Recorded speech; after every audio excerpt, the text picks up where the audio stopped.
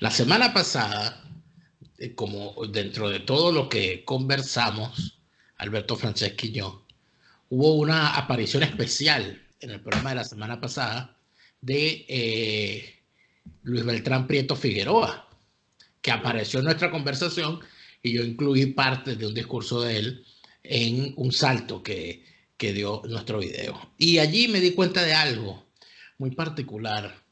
Eh, Luis Beltrán Prieto, de quien por cierto te mandé unas cartas Yo cruzadas las leí. entre él y Betancourt. Sí. En Luis Beltrán Prieto, chico, hay una especie de, o sea, me conmovió ver cómo Luis Beltrán Prieto fue candidato presidencial en el año 78, que yo me imagino que ya él tendría allí una cosa así como 70 y pico de años, ¿no? Porque, bueno, en el 78 fueron los 50 años de vida política de los jóvenes de la generación del 28, que él fue uno de ellos. Y yo veía esa presentación de Luis Beltrán Prieto y veía escuchaba el discurso, las cosas que se usaban y todo eso. Y me dediqué a buscar otras cosas allí también de discursos de otros dirigentes de izquierda. Y entonces voy llegando entonces a un asunto que cuando uno revisa los discursos de los años 70, sobre todo los años 70 y 80, de los partidos de izquierda, siempre minoritarios, te das cuenta de que hay una palabrería vacía que de alguna manera es la que termina alimentando o la que termina llegando al poder con el chavismo. Una cosa rancia, ahí una cosa de unos bichos permanentemente derrotados, etcétera. Pero además de eso, veo con asombro cómo en el discurso de la clase opositora actual, de la clase opositora al chavismo, está el mismo, o sea, el mismo ritornelo perpetuo de el país grande que tenemos que ser, de la maravilla de nuestros libertadores y hacer, seguir el ejemplo y tal, y todo eso. Yo creo que nosotros lo hemos aprendido en estos 21 años, Alberto, tú me vas a perdonar. Yo entiendo que tú tienes esperanzas en el cambio político y todas esas cosas y no sé, y que llegue alguien de derecha o liberal o no sé cómo demonios o distinto al chavismo al menos, a No, yo quiero Miraflores. que lleguemos a aquellos que pensamos como nosotros. Te participo, ¿eh? Porque la intuición de la vocación y la intuición de un poder que realmente reconstruya el Estado venezolano, yo no la he perdido, ¿eh? Pero a ti no te parece que estamos hablando de un país que ya no existe, Alberto. Un país que existe en su fibra más íntima, porque no puede ser casual que haya 5 millones, casi 5 millones de venezolanos que se exilaron, se fueron de esa bosta que administraba el gobierno Ilamud. Y están allí en trabajos anónimos, en universidades, en hijos educándose en universidades lejanas del país, conociendo idiomas, etc. Una fibra sana del país está afuera. Y la otra fibra sana está en Venezuela, luego de haber sido derrotada y llevada a la masacre, esa generación joven que fue llevada a las calles con armadas de un escudo de cartón contra una policía que se ensañaba contra ellos, torturándolos y masacrándolos en las manifestaciones. Son más de 300 muertos, chicos, jóvenes de lo mejor de la sangre del país, que atestiguan que había una generación distinta a estos bobalicones, habladores de pendejadas, que son los que han heredado los micrófonos y las relaciones internacionales de esa dirección. O sea, el país tiene una fibra aún intacta de lo que son, digamos, sus fuerzas más sanas.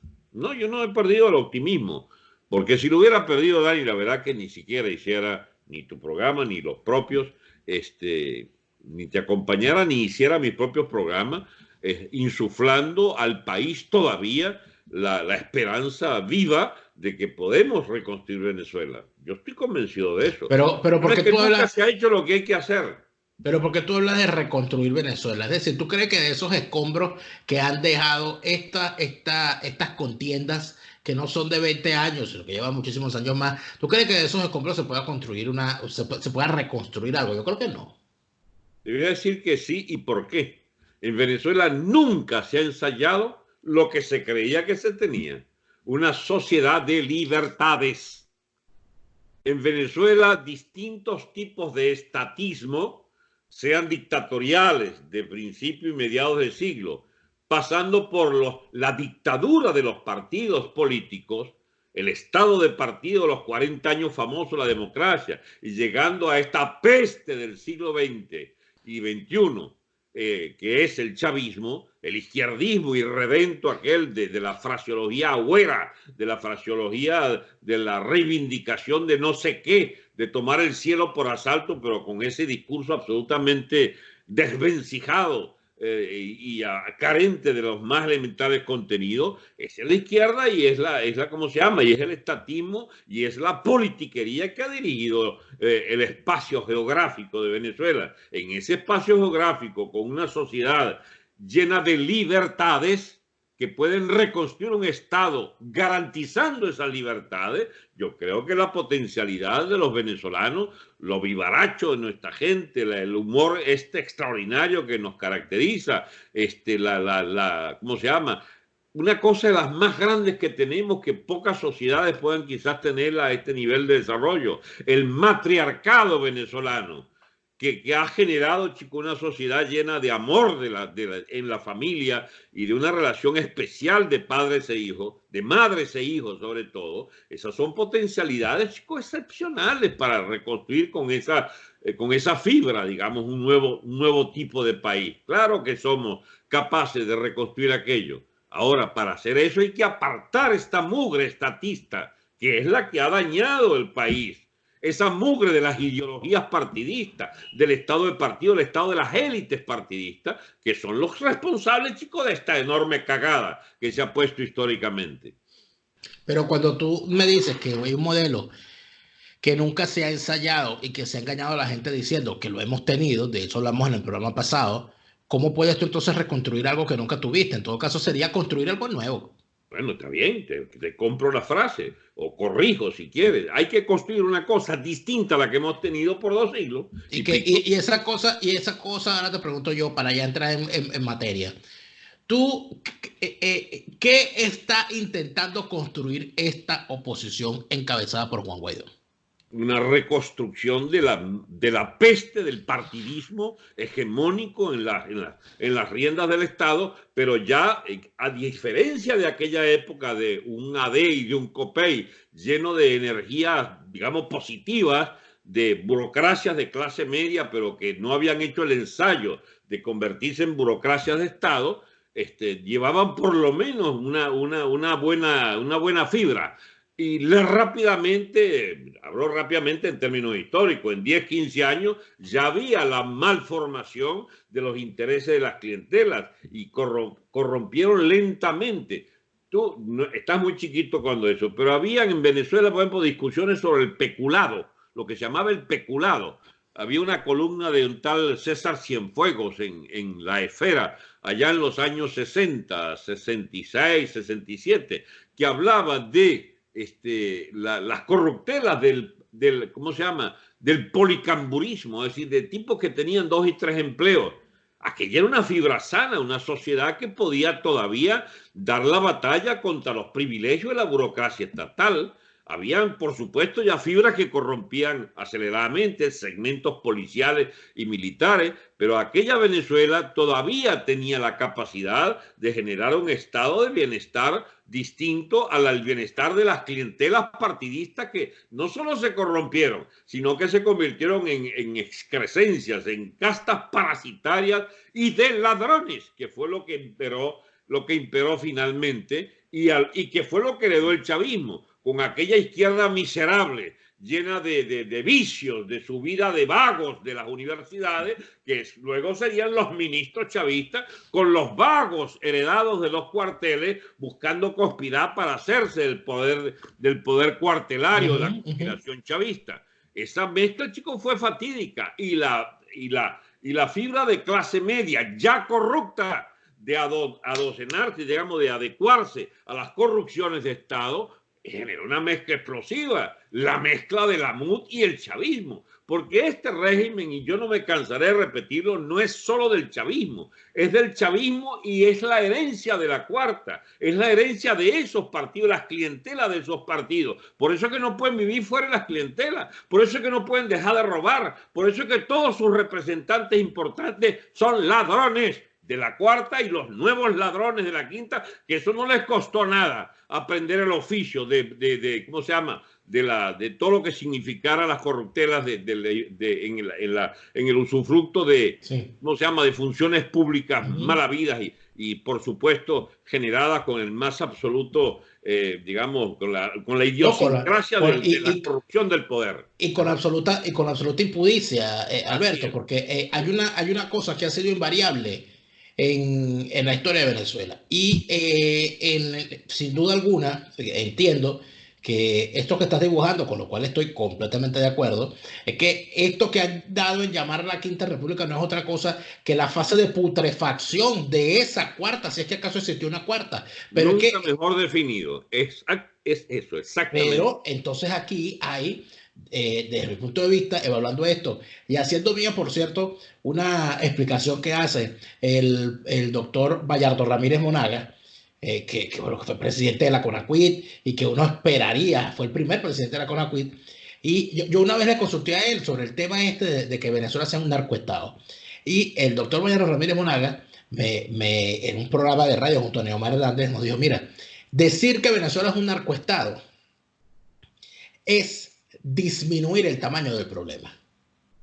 Porque el gran problema es que Venezuela es una corporación criminal, pero la corporación criminal, donde hay distintos crímenes y el narcotráfico es uno de ellos, pero es que el motor de esa maquinaria criminal es la corrupción. Si no hubiese un militar corrupto que permite que se utilice la Fuerza Armada para traficar con drogas, no existiría el narcotráfico de la forma que existe. Entonces, si no existiese el policía corrupto, si no existiese el juez corrupto, el fiscal corrupto y el político corrupto, no existiría todo esto. Entonces, ahí es donde está mi preocupación y ahí es donde yo quería llegar. Y qué bueno que tú mismo lo sacas a colación. Que no, si nosotros tenemos que construir un modelo distinto al que hemos tenido, lo que hay que sacar y erradicar, pero de una forma implacable, es la corrupción. Pero no veo con quién. Yo no siento que haya en Venezuela alguien que entienda el poder de la corrupción. Ya va. Daniel, mira, hay vicios que son de una generación o de parte de una generación. Vamos a empezar, digamos, por donde hay que empezar.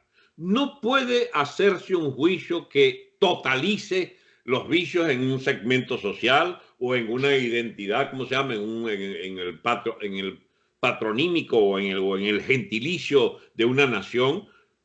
No puede ser que uno, para seguir incluso tu propia manera a veces de decir las cosas, no puede ser que los adecos sean corruptos. Ya va, hay adeco honrado, honradísimo, honorable, honorabilísimo, adeco pendejo, adeco vivo, adeco, digamos, corrupto, semicorrupto, honesto, honestísimo. Hay de todo en un conglomerado de una organización. El problema es que los que fueron gobernando se hicieron de los peores vicios, de los peores vicios de su generación y del partido y de la degeneración del partido. Y eso ocurrió en COPEI y eso ocurrió en el MAS. El MAS estaba lleno, chicos, de militantes de una enorme bondad personal que querían luchar de verdad por su país, y se llenó de vagos y maleantes ese partido hasta convertirlo, chicos, en la ES de Venezuela. Estoy hablando del movimiento al socialismo, y así con todos los partidos. O sea, no es una maldición de que tú, por ser venezolano y ser incluso de izquierda, eres ya un potencial delincuente. Eso se desarrolló como fenómeno político, igual con los partidos de la llamada derecha. Es más, no es privativo de ninguna nacionalidad. ¿Qué te parece a ti el caso chileno, por ejemplo?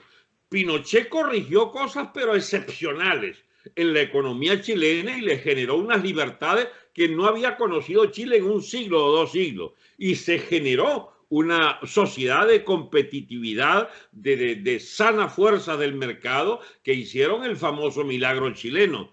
¿Y dónde está Chile hoy? La burocracia de estados de estado de clientelas partidistas, corrompió, qué raro, mediante los partidos llamados socialistas y comunistas, pero todos asociados ahí detrás de la señora Bachelet y antes, un poco antes del viejo, del que la precedió socialista, y de la propia democracia cristiana, el hijo de Frei, etcétera, volvieron a montar una cosa yo que logró con sus tentáculos de los vicios, del oportunismo de esas capas medias de Chile, volvió otra vez, chico, a recaer en los viejos vicios del partidismo hasta corromper y corroer el modelo que dejó Pinochet, y en 25 años, chicos, derrumbó todo aquellos modelos y lo convirtió en un fenómeno de desigualdad masiva al punto que acaba de estallar, y se acabaron los mitos sobre una economía chilena invulnerable a la corrupción, que es un fenómeno, bueno, por supuesto, con otras fórmulas. Por ejemplo, la fórmula de que un viejo, ¿cómo se llama? Un viejito de la seguridad social le dan $300 mensuales, y un diputado de izquierda socialista gana 15 y 20 mil dólares mensuales. Pero cuando tú revisas todo eso, Alberto, con la realidad chilena que conoces mucho mejor que yo, con la realidad argentina que conoces extraordinariamente mejor que yo y que muchos a los cuales he escuchado hablar del asunto, yo a lo que se termina llegando es más o menos a lo mismo. Está un problema grave con respecto a la forma como estamos viendo el tema de la corrupción, que es hispano, sin duda alguna. Mira, Dani, sin duda alguna.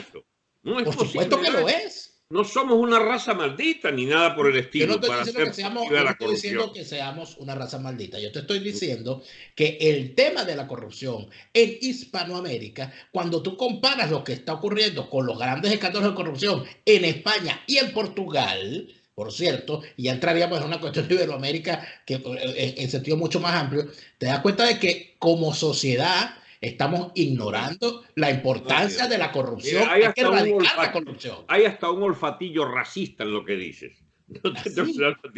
Hay argumentos, Dani, que son inaceptables. La mugre histórica que representa la ideología alemana, por ejemplo, el nazismo en Alemania, el protestantismo como la fuente del antisemitismo, desde ¿cómo se llama?, desde Lutero para acá, las perversidades del feudalismo alemán que llegó siglo y medio más tarde en Alemania, que mejor dicho, que perduró hasta un siglo y medio o 2 siglos después de haber sido erradicado en Europa, mediante aquel bochinche de los decenas y decenas de principados alemanes que fueron unificados, fue bajo la bota de Bismarck en el 871. Las perversidades enormes de la socialdemocracia alemana, surgidas del oportunismo político de la clase obrera alemana, el famoso proletariado más culto del mundo, que generó los vicios de la aristocracia obrera, del reformismo, y luego de la postración de ese reformismo obrero ante la bota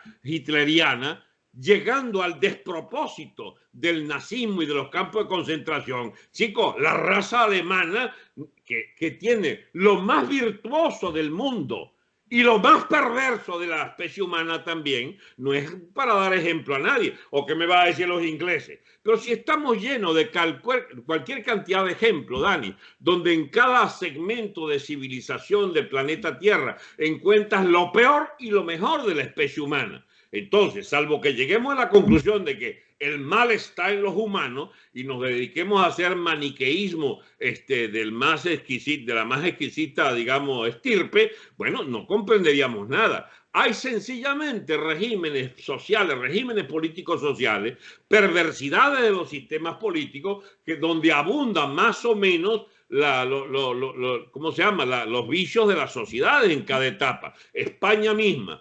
Y es que hay una cosa que yo te nombré el caso chileno con la intención de que nos detuviéramos a pensar un minuto en que hay recaídas de las sociedades en los vicios que ya habían sido superados y vuelven otra vez. Mira, España bajo el franquismo, por más que digan los detractores del franquismo que era una mugre de dictadura, chico, el franquismo fue para España una etapa de oro, de oro.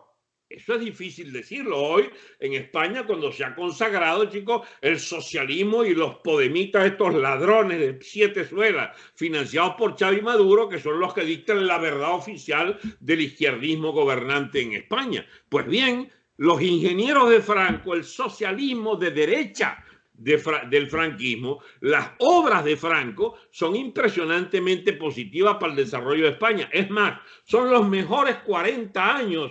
Esto sí, después de los mejores 40 que heredaron del franquismo. Pero eso no se discute con esa probidad intelectual con la que podemos nosotros hablar, porque podemos hacerlo, chicos, desde, digamos, una ausencia de bandería, de pacotilla, de bandería politiquera de pacotilla. La historia de Venezuela tiene que ser reevaluada a partir de reconocer que Marcos Pérez Jiménez hizo un gobierno excepcionalmente positivo en materia de obras públicas, de administración más o menos proba de la cosa pública, también, por supuesto, coincidiendo con una etapa de prosperidad sin precedentes por la renta petrolera. Y que gobiernos de la democracia, inspirados por gente como Betancourt, hicieron enormes logros en la democratización del Estado venezolano para que accedieran mediante la educación pública y gratuita y masas de venezolanos desheredados o hijos de campesinos o el propio acceso a la propiedad o usufructo, porque nunca hubo propiedad de las tierras de Venezuela a millones y millones de campesinos. O sea, esas conquistas de la democracia bajo Betancourt, Leoni, chicos, no pueden echarse a la basura de lo que fue, sí, la conducta del clientelismo partidista y de la ladronera, chicos, que vinieron con Adey Copey.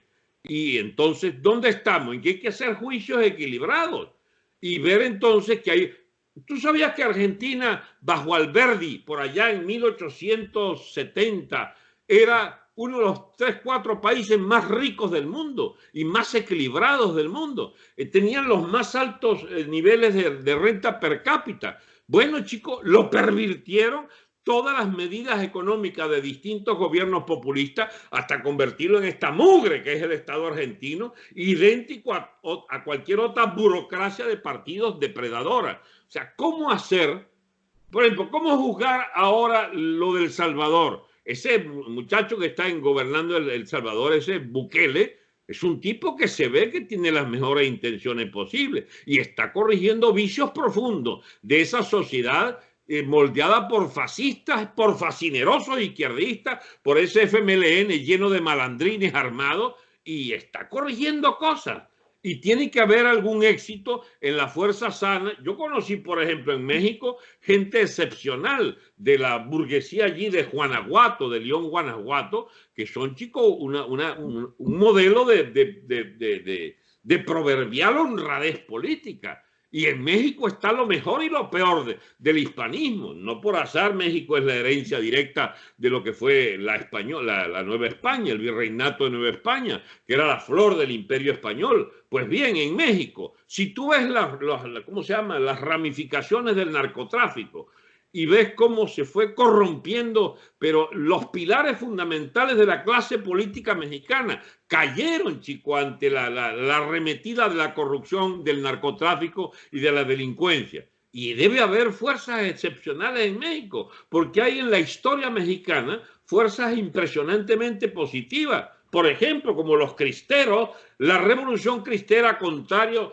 a la propuesta masónica demencial de Elías Calles por allá en los años 30, y la propia sinarquía, los llamados sinarquistas, es decir, sin anarquía, que consagraban, chicos, una tendencia ideológica, pero sumamente, digamos, depurada, de lo mejor de las propuestas cristianas en la acción política. Son cosas que siempre te denotan que en las sociedades hay fuerzas sanas y fuerzas de destrucción, de autodestrucción. En Venezuela no hemos podido hacer una evaluación a fondo de nuestras capacidades y virtudes, porque siempre hay una especie de aplastamiento de esta casta delincuente. A ver, tú que eres comunicador, en Venezuela no hubo excelentes periodistas. Y no hay la es del periodismo latinoamericano allí enquistado también en Venezuela. Hubo excelentes programas de medios de comunicación y hay, chicos, la rochela de vagabundos ¿cómo se llama?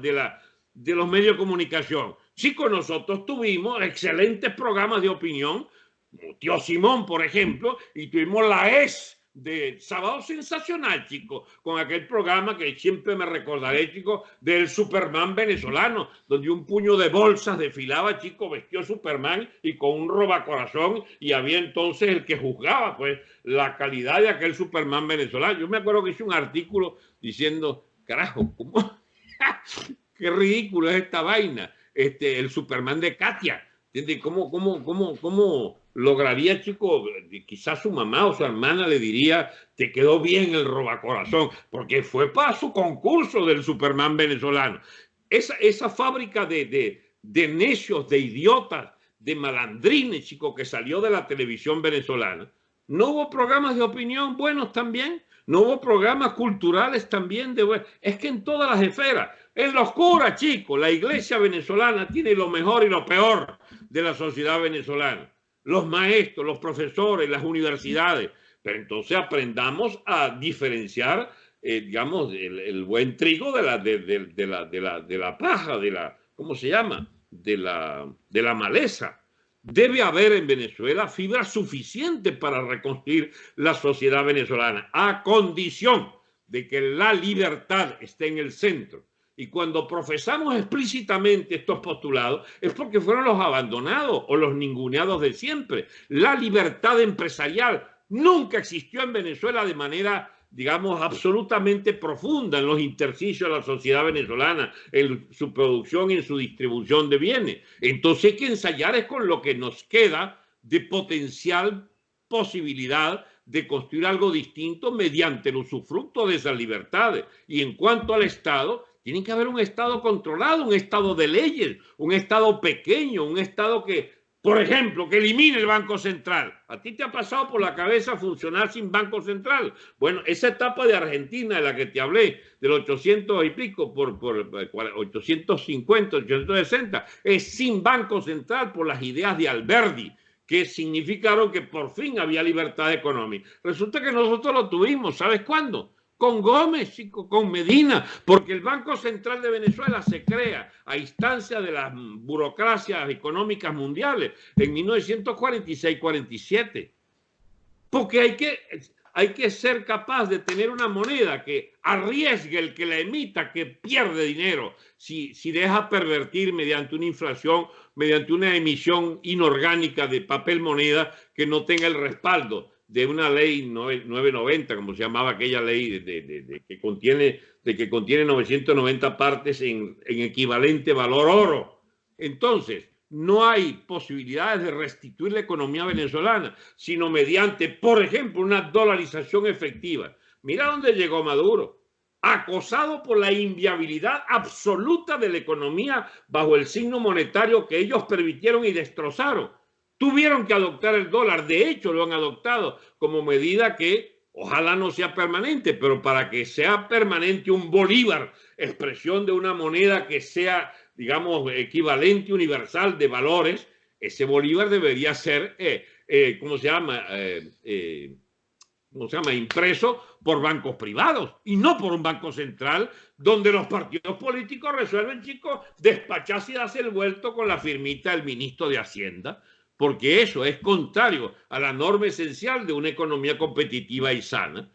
La emisión monetaria es por definición perniciosa en manos de un Estado de corrupto y de clientelas políticas. Y esa medida ha acabado con todas las economías de América. Por eso es que estamos de vuelta a la dolarización, que es el equivalente en el siglo XXI a lo que fue el real de A8, moneda española para todo el continente durante la etapa del 1500 a 1700, 1800 y pico, que era una moneda que circulaba en toda América y que llegaba hasta China, la misma moneda por arriba de la frontera. O sea, esa capacidad para tener un valor refugio de los ahorros que represente realmente un salario que compre los bienes de consumo básico, esas cosas solo pueden hacerse sin la bendita interferencia de una burocracia de ladrones que son las que han administrado los estados.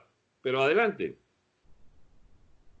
Solamente quería decirte que entre toda la batería que has disparado en mi contra desde que empezaste llamándome racista hasta ahorita, cuando No, te dije que tu culminas, opinión tenía un sesgo racista. cuando culmina, bueno, nada menos, culminando con tus datos erróneos antiadecos y pro-perejimenistas y pro-gomecistas, errados todos, porque A ver, discutamos eso. Es interesante. en tu profunda raigambre antiadeca, has dicho que la maldición del Banco Central fue creada por los adecos, cuando no es verdad. El Banco Central de No, Venezuela fue creado en el año 39 por el gobierno de López Contreras.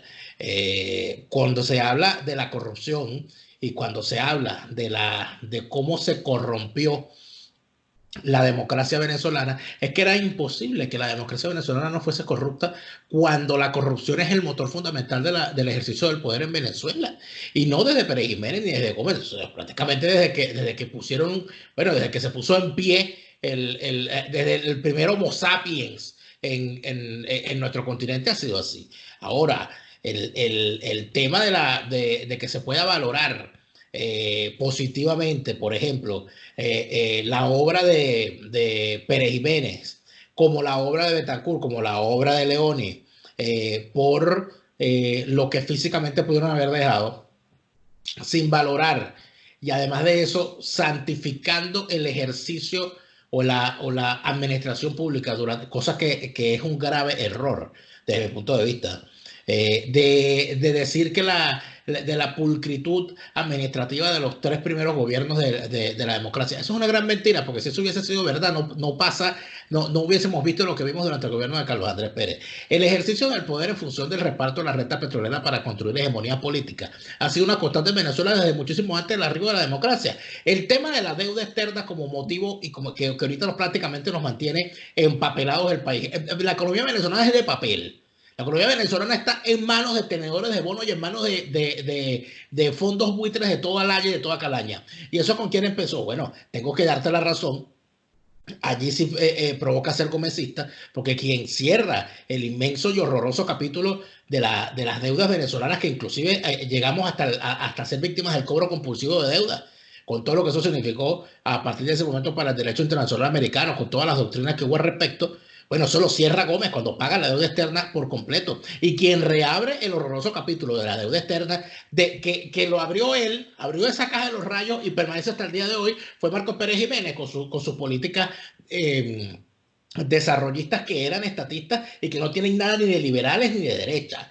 Entonces yo cuando veo todo esto vuelvo al punto, más allá de que tú saques contra mí el expediente racista y pretendas que yo me vista entonces para el próximo programa aquí con el uniforme del Ku Klux Klan, tengo que llegarte, Alberto, sensibilidad, Dios mío. a donde Te ves tengo que yo. eso te martilla allá atrás. Claro, ¿no? Porque aparte de eso sacas inclusive el Es que como tú expediente. eres alemán ahora, entonces Claro, porque además de eso sacas el expediente alemán, entonces vienes entonces contra nosotros los alemanes sacándonos a Hitler y sacándonos a Bismarck y sacándonos todas estas cosas, como si yo te estoy sacando a ti con lo que hicieron a Prieto y lo que le hicieron a toda esta gente. En todo caso, aquí el planteamiento es con tu hoy te has puesto antiadeco, no, mira, ¿qué pasa aquí? pro-perejimenista, Mira, tú germanofóbico. Esto es una cosa horrorosa. Pero entonces mi planteamiento va hacia el siguiente punto.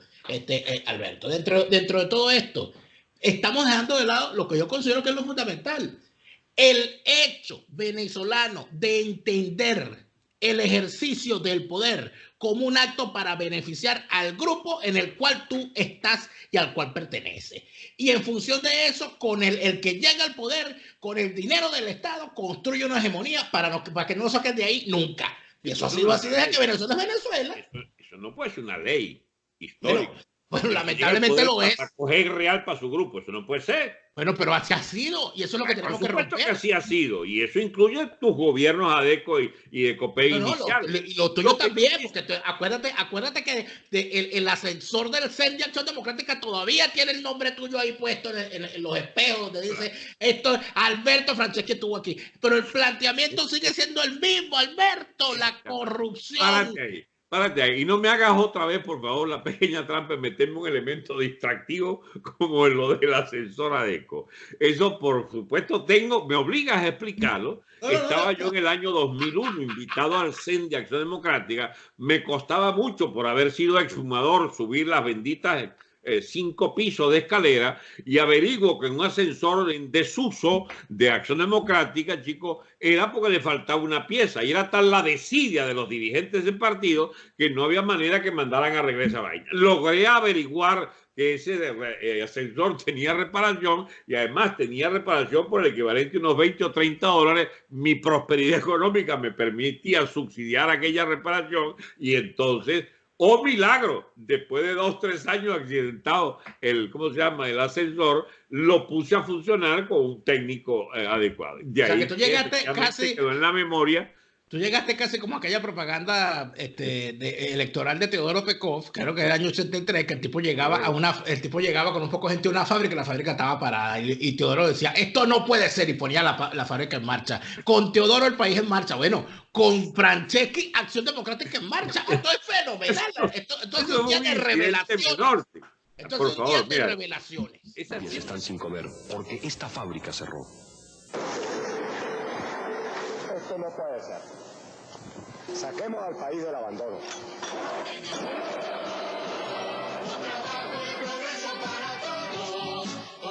Sella naranja, arriba y en el medio. Cambia.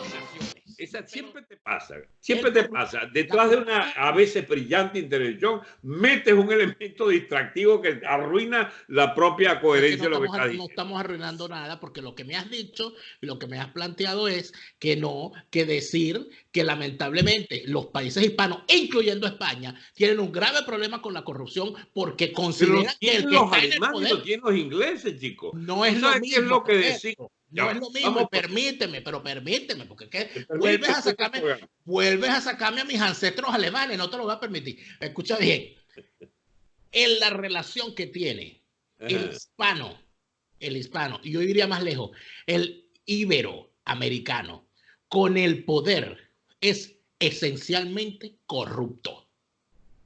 Se siente que el poder bueno, lo tiene también el anglosajón, lo tiene el alemán, lo tiene el italiano. Pero escucha, claro, Dani, esto no se va a acabar nunca un programa donde hablemos de las corruptelas de acuerdo a las razas y gentilicios. No, yo no estoy hablando de raza, estoy hablando de la gente. Por ejemplo, cuando tú ves lo que significa vulnerar la palabra empeñada en los Estados Unidos, por ejemplo, o en la propia Inglaterra, por ejemplo, o inmiscuirse, un acto, fíjate, este acto de corrupción, eso está en discusión en este momento aquí en Europa, que es un acto, una cosa deleznable.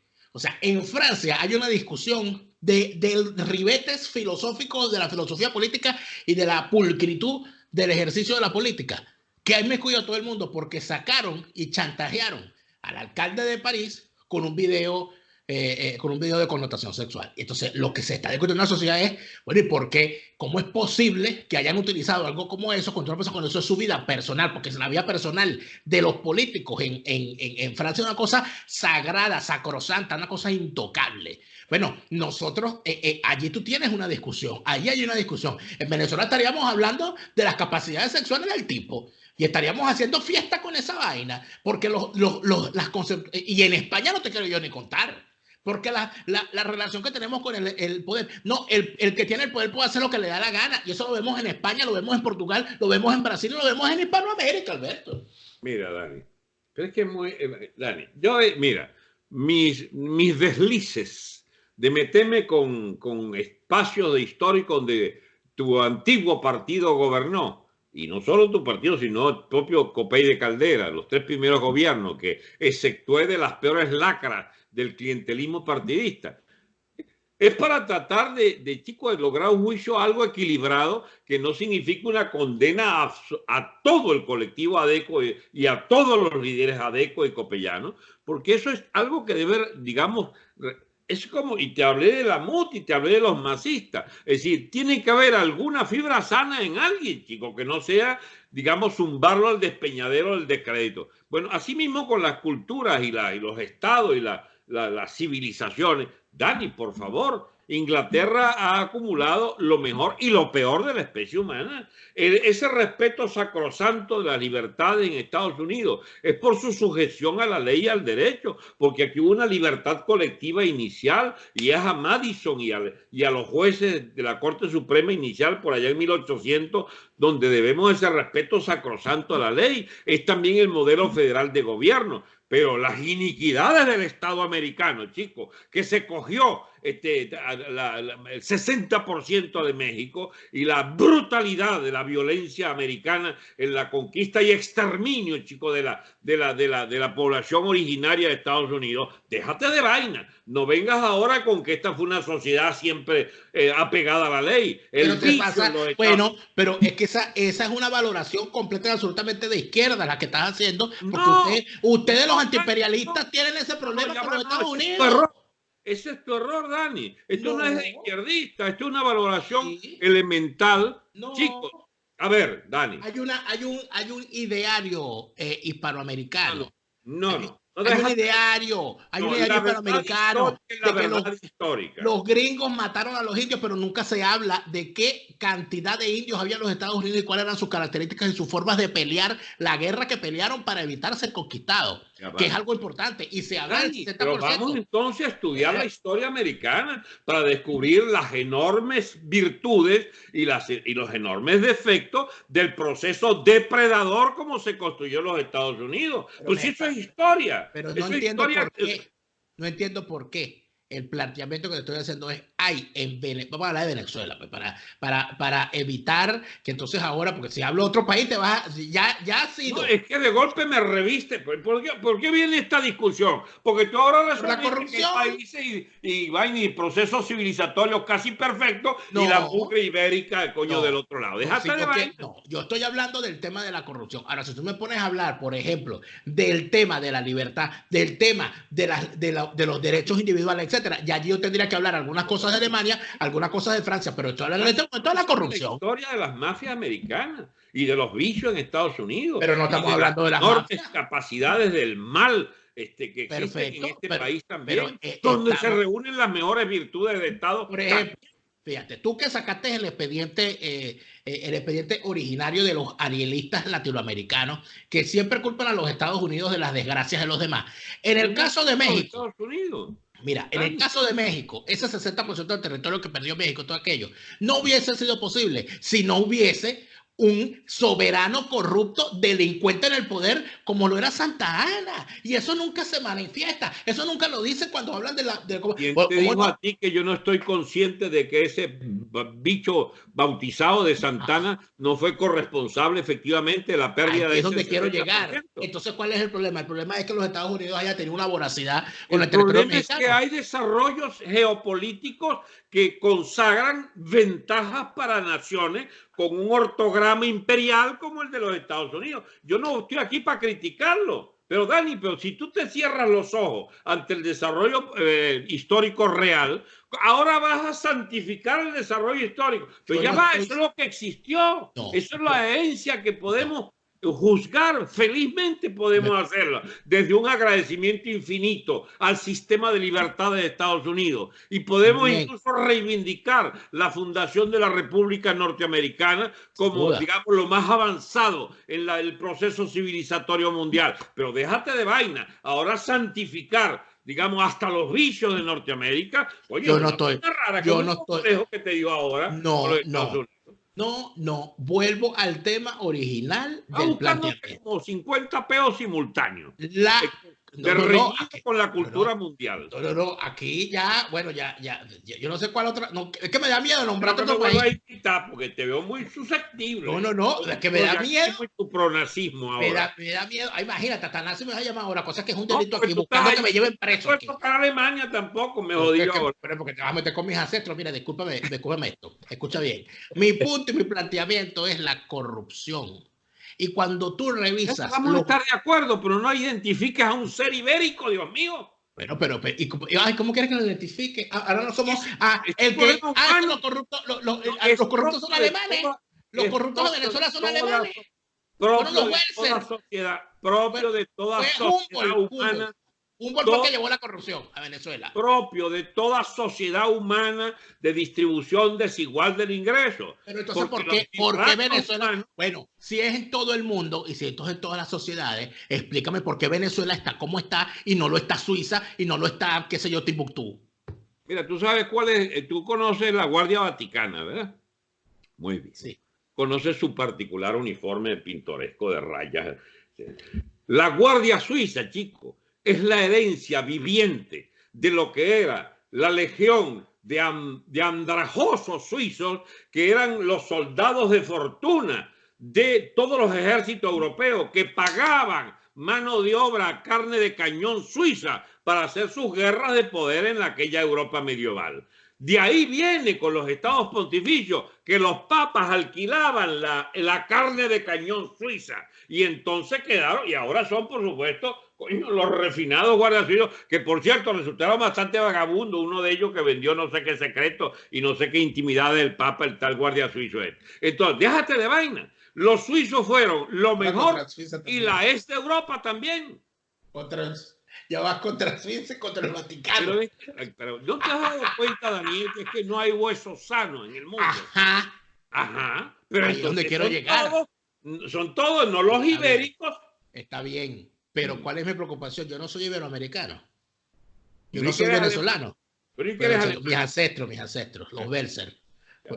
Sí, yo llegué en un barco, mis ancestros llegaron en un barco, no negreros alemanes.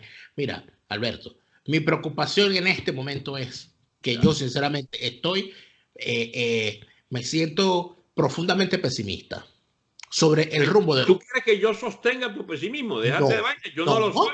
No, yo lo que estoy es reflexionando en voz alta y te estoy diciendo que soy profundamente pesimista con respecto a lo que está ocurriendo y la marcha del proceso en Venezuela, porque entonces el planteamiento es el siguiente: si nosotros tenemos una clase política o una casta criminal ejerciendo el poder en Venezuela, cuya motor fundamental es la corrupción, y tenemos a una clase política que dice ser opositora sin serlo, que quiere desplazar a esa casta criminal, pero están contaminados también por el demonio de la corrupción. Estamos de acuerdo.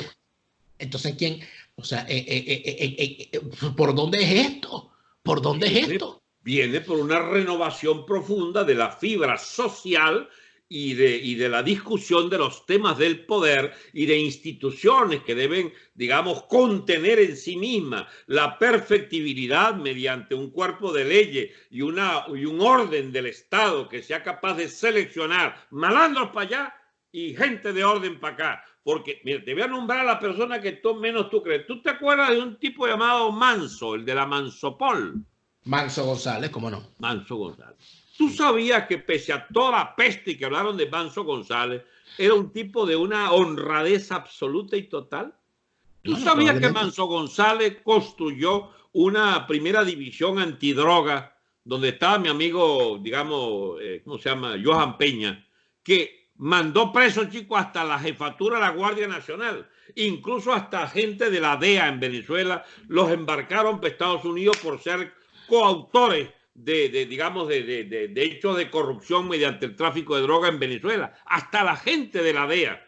Y eso la gente no lo sabe. Había una división contra el tráfico de droga que llegó a tener una división de élite de la policía, en contacto con las fuerzas sanas de la DEA de entonces, que dio un combate excepcional bajo Manso González contra la perniciosa costumbre, chicos, de corromper mediante uso delictivo de la ley, coño, el privilegio de determinadas mafias, etc. Entonces, siempre hubo la vena sana, chico, en el funcionariado incluso. ¿O es que en las universidades no hubo rectores y no hubo decanos excepcionalmente honorables y no hubo la peste también en esa burocracia de las universidades? En la propia empresa privada, Dani, estuvimos llenos de empresarios honorables y estuvimos llenos de cacos también. Eso es propio de toda sociedad. Entonces yo no puedo agarrar la historia venezolana, chicos, y digamos, ¿cómo se llama? Y abandonar la percepción de que muchos de nuestros vicios son históricos. Pero si esto viene de Bolívar, chicos, del decreto de guerra-muerte, mátese a todo español y canario que se consiga en el camino por el hecho de ser, chico, canario o español. El decreto de guerra-muerte es una monstruosidad nazi antes del nazismo y era de Bolívar.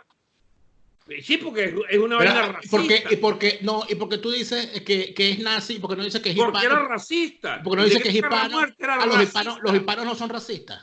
Ya va. Pero Dios mío, qué vaina contigo. Hoy estás dispuesto a ganar discusiones. Yo no voy a ganar discusiones un carajo. Yo te estoy hablando de un decreto racista de Bolívar. Sin duda lo era, pero no digas que Bolívar, pero no digas que es nazi.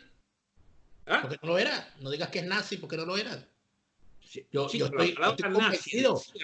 El epítome de lo que es la concentración de la barbaridad del uso de la raza como elemento discriminatorio. En ese pero discúlpame, pero bueno, es que no quiero entrar en esa discusión, no me vas a provocar.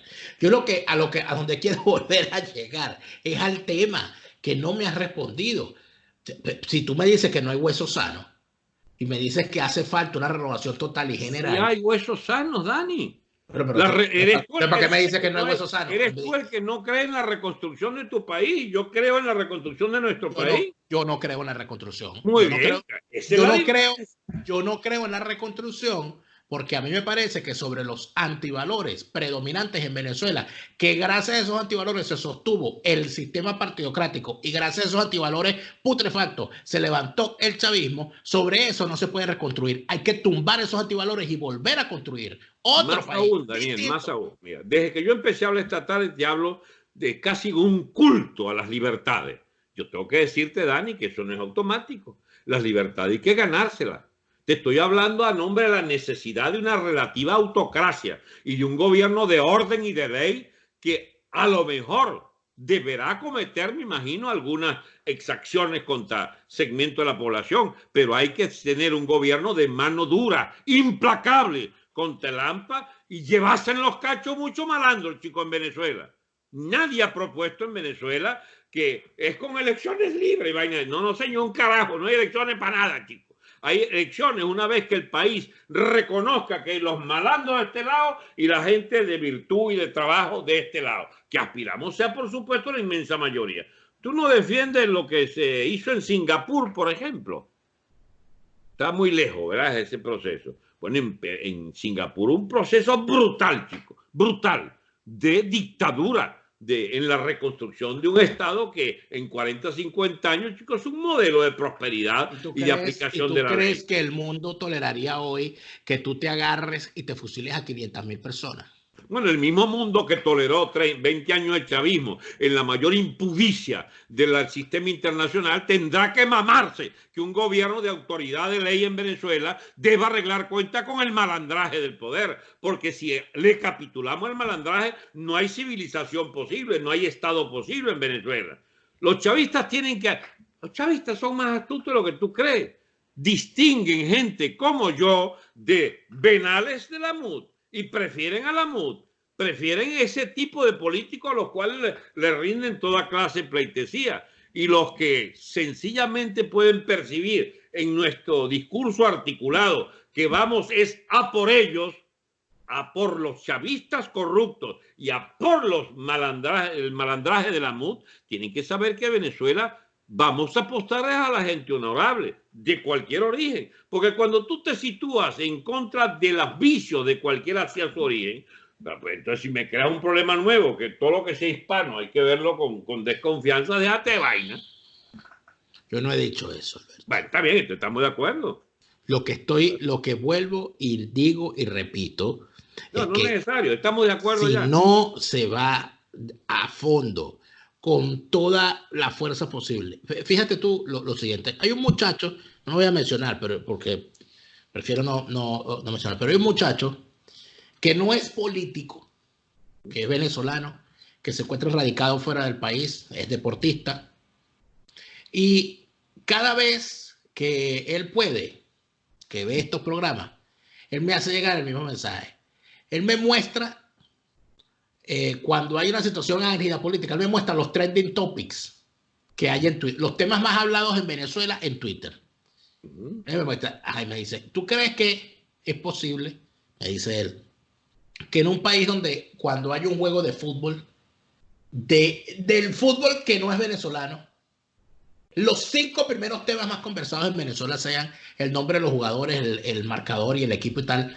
o qué sé yo, o el culo de Jennifer López, o cualquier cosa, sin querer decir con esto que la gente no tenga derecho al esparcimiento. Pero la gente está metida en una burbuja en Venezuela donde las discusiones, de idiotez colectiva. bueno, donde las discusiones más importantes la última semana, Alberto, fueron un peo con unas guacamayas y ahorita un rollo con un performance obsceno en un colegio caraqueño durante carnaval. Entonces, mientras las discusiones son de ese tipo, cuando tú me dices a mí, bueno, pero hace falta una renovación, cuando tú me dices a mí que no son todos los adecos, que no son todos, pero yo te puedo decir una cosa y te la puedo decir con dolorosamente confesar que es verdad, no son todos los adecos, pero el compañerito de partido, de base, que está pelando, que tiene su camisita blanca y su foto de Rómulo y todo aquello, si ese compañerito no levanta su voz contra Ramos Alú, ese compañerito está avalando la corrupción.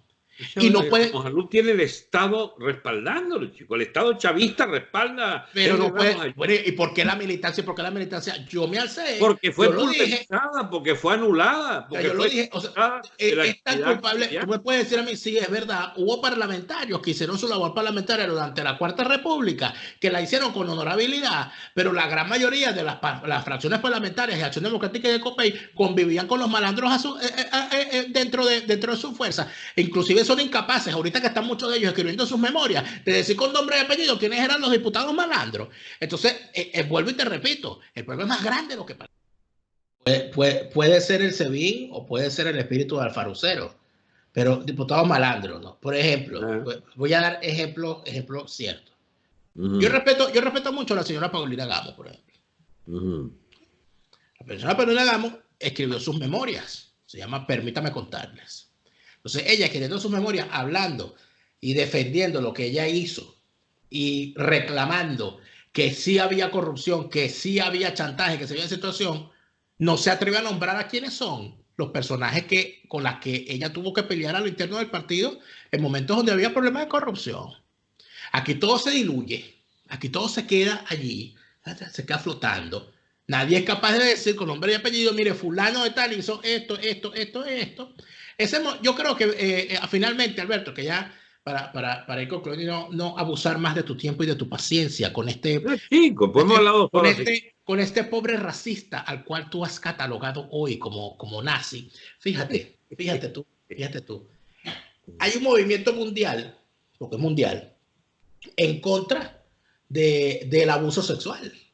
El famoso movimiento Me Too, donde gente está saliendo a reclamar que fueron abusados de niños y que bueno, que ese trauma los acompañó durante toda su vida, y tú estás viendo gente de mediana edad saliendo a reclamar y a denunciar que no es una mentira, que el abuso sexual es una realidad. Yo creo que va a llegar el momento que nosotros vamos a tener que hacer un Me Too venezolano, pero con respecto a la corrupción. Es decir, mira, vale, este tipo era un corrupto de su más tierna edad. O sea, este fulano, desde que estaba en el centro de estudiantes, se robaba los reales de las recolectas que hacíamos en la calle. Este ciudadano, desde que estaba de tesorero en el sindicato de qué sé yo cuál fábrica, el señor se robaba los reales y negociaba los contratos. Yo creo que es necesario que hagamos un exorcismo dentro de la sociedad venezolana para poder expulsar los demonios corruptores y corrupticos, Alberto. Mira, Dani, yo tuve un privilegio, Dani. Un privilegio que pocos venezolanos han conocido. Yo fui izquierdista sano mientras gobernó la derecha, lo que se llamaba la derecha. Fedecámara, ADECO, PEI, Fedecámara. Y soy de derecha cuando se inaugura la izquierda en el poder.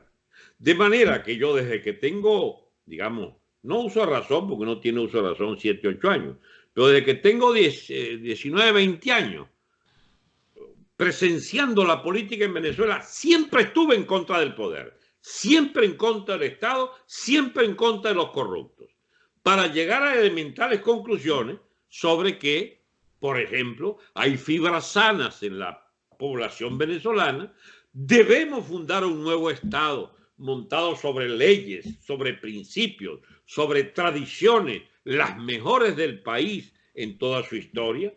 Podemos reconocernos en el hispanismo bien. Cuando te metes con el hispanismo, cuando te metes con lo ibérico, coño, me tocas una fibra un poco complicada, porque yo estoy en mi edad adulta intelectual, digamos, reivindicando, chico, el hispanismo, y yo quisiera que los valores inherentes a ese hispanismo presidan, digamos, la reconstrucción de la cultura venezolana, la cultura política e institucional, y donde se ha visto críticamente nuestro proceso de independencia y ese siglo XIX lleno de tormentos y corruptela, manipulados por el imperio inglés, que fue la herencia de la independencia venezolana, al hacer dominante el imperio inglés sobre el imperio español, que ayudó a la independencia y llevó también hasta hacer exangüe el Estado venezolano de la mano de los distintos caudillos militares que se sucedieron en el siglo XIX. Yo no voy a defender incondicionalmente a Gómez, pero le debemos a Gómez que haya estado en Venezuela. Yo no voy a defenderte a Adey Copey, pero Adey y Copey son parte de ese aspecto, digamos, de esa cara humana que tuvo el Estado venezolano al hacer partícipes centenares y miles de venezolanos en un proceso educativo que englobó por primera vez segmentos humildes de la población. O sea, y cada segmento de la historia venezolana tiene enormes defectos y pocas virtudes. Chicos, agarremos las virtudes y desechemos ahí. Vamos a estar seguramente de acuerdo de que el flagelo de la corrupción que arranca con la independencia, hasta hoy, ese flagelo tiene que ser combatido. O sea, que la corrupción arranca desde que decidimos separarnos de los españoles. Antes no había.